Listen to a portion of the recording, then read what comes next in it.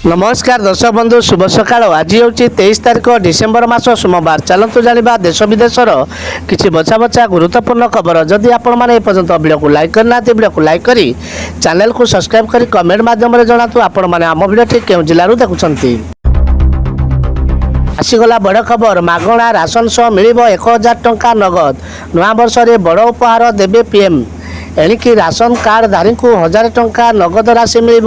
भारत सरकार यही नुआ योजना जदि आवेदन करना तेबे तुरंत आवेदन प्रक्रिया भाग नियंतु। वर्तमान भारत सरकार एक नुआ योजना आरंभ करने को जाउछंती।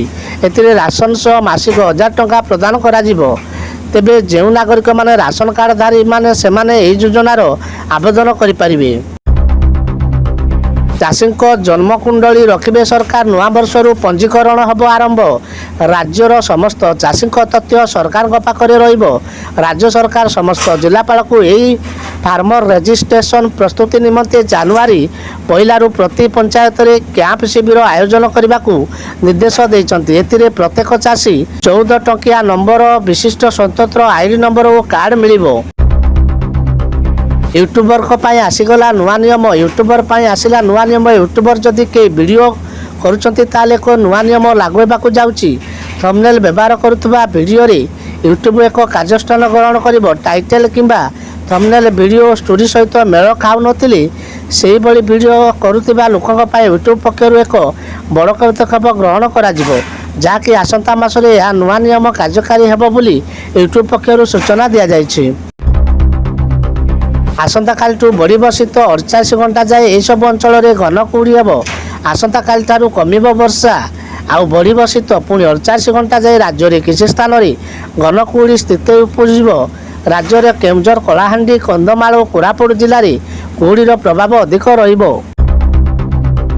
आयुष्मान योजना नुआ वर्षरू लागू हेब। नुआ योजना 3 कोटी लोक को मिल स्वास्थ्य कार्ड। राज्य में खूब शीघ्र लागू हेब आयुष्मान योजना एवं गोपबंधु जन आरोग्य योजना। आयुष्मान योजना लागू करेंगे ओडिशा सरकार। तेणु ओडिया आसी बैठक करवा किंतु केंद्र स्वास्थ्य विभाग टीम चलित आर्थिक वर्ष ओडिशा रे लागू हेब आयुष्मान भारत योजना। दुई योजन रोकवा द्वंद्व दूर पाई होइछि मानस मनत। महंगा हो पारे बिजुली बिल। यूनिट पिछा 54 पैसा बढ़ावा को प्रस्ताव।